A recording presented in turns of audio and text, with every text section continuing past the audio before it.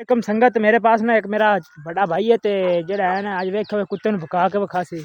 अच्छा यार भगा थोड़ा जा